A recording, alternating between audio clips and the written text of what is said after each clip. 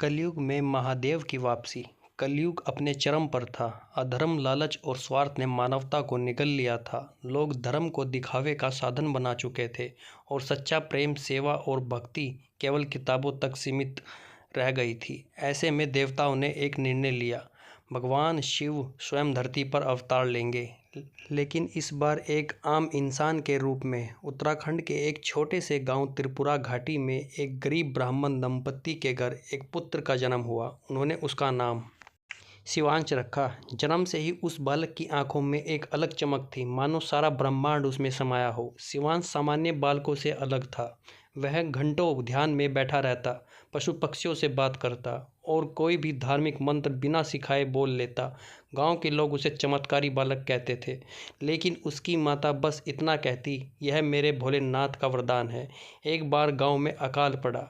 महीनों से बारिश नहीं हुई। गांव वाले परेशान थे। पंडितों ने अनुष्ठान कर लिए, लेकिन कुछ ना हुआ।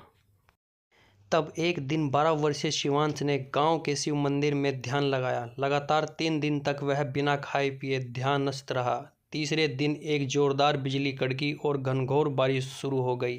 खेतों में हरियाली लौट आई। गांव वालों ने शिवांश को जीवित महादेव कहना शुरू कर दिया।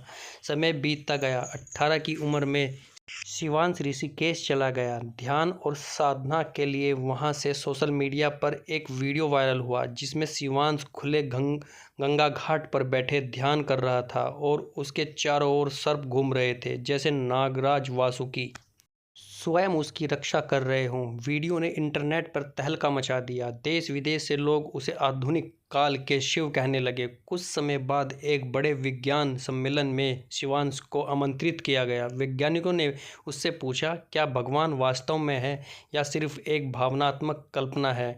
शिवांश ने मुस्कुराते हुए उत्तर दिया, ईश्वर कोई व्यक्ति नहीं, एक चेतना है। जब तुम स्वयं को जान लेते हो, तब ईश्वर को अनुभव करते हो।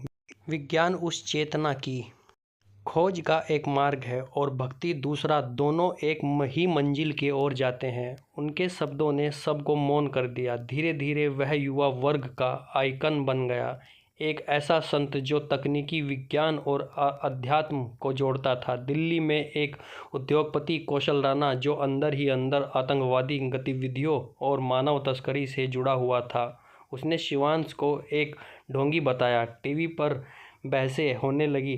शिवांश ने चुप्पी साधी, लेकिन एक रात कौशल के महलनुमा बंगले में आग लग गई। सारे सीसीटीवी बंद हो गए थे, पर एक साधारण कमरे में एक आकृति दिखी।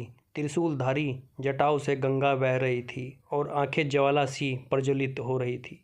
लोग कहने लगे, महादेव ने स्वयं दंड दिया है। शिवांश अब हिमालय लौट चुका था। उसके दर्शन दुर्लभ हो गए थे, लेकिन एक दिन आकाशवाणी हुई, जो अधर्म बढ़ेगा वहाँ मैं स्वयं जटाओं से उतरूँगा, पर पहचान पाओगे यह जरूरी नहीं, क्योंकि मैं रूप में नहीं, भाव में हूँ।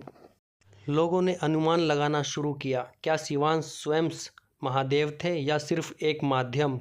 कुछ को उत्तर मिला, कुछ को नहीं, लेकिन एक बात तय थी, धरती पर एक बार फिर शिव ने जन्म लिया था और यह कहानी सदियों तक लोगों को प्रेरणा देती रहेगी।